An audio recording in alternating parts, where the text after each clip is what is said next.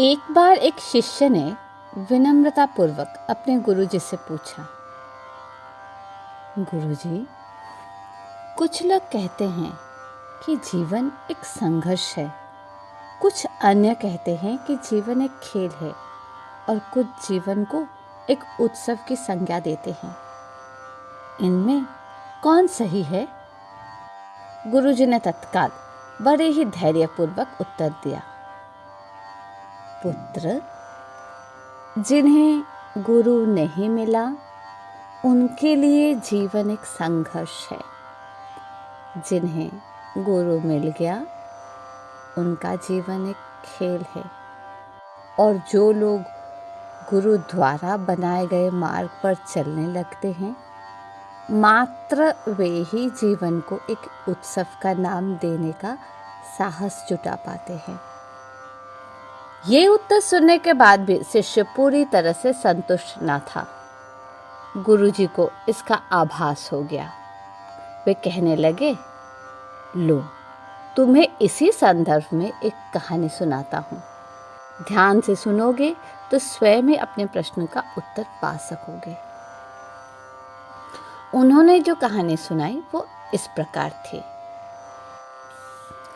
एक बार की बात है कि किसी गुरुकुल में 3 शिष्यों ने अपना अध्ययन संपूर्ण करने पर अपने गुरुजी से ये बताने के लिए विनती की कि उन्हें गुरु दक्षिणा में उनसे क्या चाहिए। गुरुजी पहले तो मन मन मुस्कुराए और फिर बड़े स्नेहपूर्वक कहने लगे, मुझे तुमसे गुरु दक्षिणा में एक थैला भर के सूखी पत्तियां चाहिए, ला सकोगे? वो तीनों मन ही मन बहुत प्रसन्न हुए, क्योंकि उन्हें लगा कि वो बड़ी आसानी से अपने गुरुजी की इच्छा पूरी कर सकेंगे। सूखी पत्तियां तो जंगल में सर्वत्र बिखरी ही रहती है। वे उत्साहपूर्वक एक ही स्वर में बोले, जी गुरुजी, जैसी आपकी आज्ञा। अब वे तीनों शिष्य चलते चलते एक समीपस्थ जंगल में पहुंच चुके थे। लेकिन ये देखकर कि वहां पर तो सूखी पत्तियां केवल एक मुट्ठी भरी थी, उनके आश्चर्य का ठिकाना ना रहा। वे सोच में पड़ गए कि आखिर जंगल से कौन सूखी पत्तियां उठाकर ले गया होगा। इतने में ही उन्हें दूर से आता हुआ कोई किसान दिखाई दिया। वे उसके पास पहुंचकर उससे विनम्रता पूर्वक याचना करने लगे कि वो उन्हें केवल एक थैला भर सूखी पत्तियां दे दें। अब उस किसान ने उनसे क्षमा याचना करते हुए उन्हें ये बताया कि वो उनकी मदद नहीं कर सकता, क्योंकि उसने सूखी पत्तियों का ईंधन के रूप में पहले ही उपयोग कर लिया था। अब वे तीनों पास में ही बसे एक गांव की ओर इस आशा से बढ़ने लगे कि हो सकता है वहां उस गांव में उनकी कोई सहायता कर सके। वहां पहुंचकर उन्होंने जब एक व्यापारी को देखा तो बड़ी उम्मीद से उससे एक थैला भर सूखी पत्तियां देने के लिए प्रार्थना करने लगे। लेकिन उन्हें फिर से एक बार निराशा ही हाथ आई, क्योंकि उस व्यापारी ने तो पहले ही कुछ पैसे कमाने के लिए सूखी पत्तियों के दोने बनाकर बेच दिए थे। लेकिन उस व्यापारी ने उदारता दिखाते हुए उन्हें एक बूढ़ी माँ का पता बताया जो सूखी पत्तियां एकत्रित किया करती थी। पर भाग्य ने यहाँ पर भी उनका साथ नहीं दिया, क्योंकि वो बूढ़ी माँ तो उन पत्तियों को अलग अलग करके कई प्रकार की औषधियाँ बनाया करती थी। अब निराश होकर वो तीनों खाली हाथ ही गुरुकुल लौट गए। गुरुजी ने उन्हें देखते ही स्नेहपूर्वक पूछा, पुत्रों, ले आए गुरु दक्षिणा? तीनों ने सर झुका दिया। गुरुजी द्वारा दोबारा पूछे जाने पर उनमें से एक शिष्य कहने लगा, गुरुदेव, हम आपकी इच्छा पूरी नहीं कर पाए। हमने सोचा था कि सूखी पत्तियां तो जंगल में सर्वत्र बिखरी ही रहती होंगी, लेकिन बड़े ही आश्चर्य की बात है कि लोग उनका भी कितनी तरह से उपयोग करते हैं। गुरुजी फिर पहले ही की तरह मुस्कुराते हुए प्रेम पूर्वक बोले, निराश क्यों होते हो? प्रसन्न हो जाओ।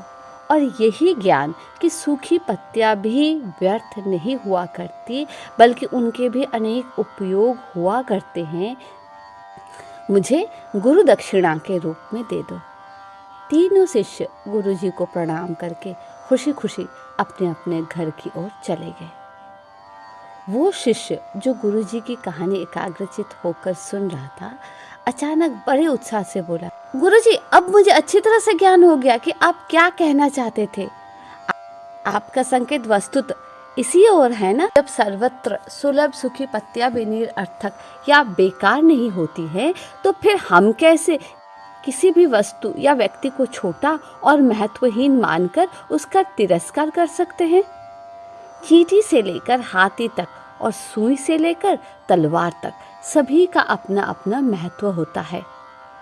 गुरुजी भी तुरंत ही बोले, हाँ पुत्र, मेरे कहने का भी यही तात्पर्य है कि हम जब भी किसी से मिले तो उसे यथा योग्य मान देने का भरसक प्रयास करें, ताकि आपस में स्नेह, सद्भावना, सहानुभूति एवं सहिष्णुता का विस्तार होता रहे और हमारा जीवन संघर्ष के बजाय उत्सव बन सके। दूसरी, यदि जीवन को एक खेल ही माना जाए तो बेहतर यही होगा कि हम निर्विक्षेप, स्वस्थ एवं शांत प्रतियोगिता में ही भाग ले और अपने निष्पादन तथा निर्माण को ऊंचाई के शिखर पर ले जाने का अथक प्रयास करें। अब शिष्य पूरी तरह से संतुष्ट था। अंततः मैं यही कहना चाहती हूँ कि यदि हम मन, वचन और कर्म, इन तीनों ही स्तरों पर इस कहानी का मूल्यांकन करें तो भी ये कहानी खरी ही उतरेगी। सबके प्रति पूर्वाग्रह से मुक्त मन वाला व्यक्ति अपने वचनों से कभी भी किसी को आहत करने का दुस्साहस नहीं करता और उसकी यही ऊर्जा उसके पुरुषार्थ के मार्ग की समस्त बाधाओं को हर लेती है। वस्तुतः हमारे जीवन का सबसे बड़ा उत्सव पुरुषार्थ ही होता है, ऐसा विद्वानों का मत है।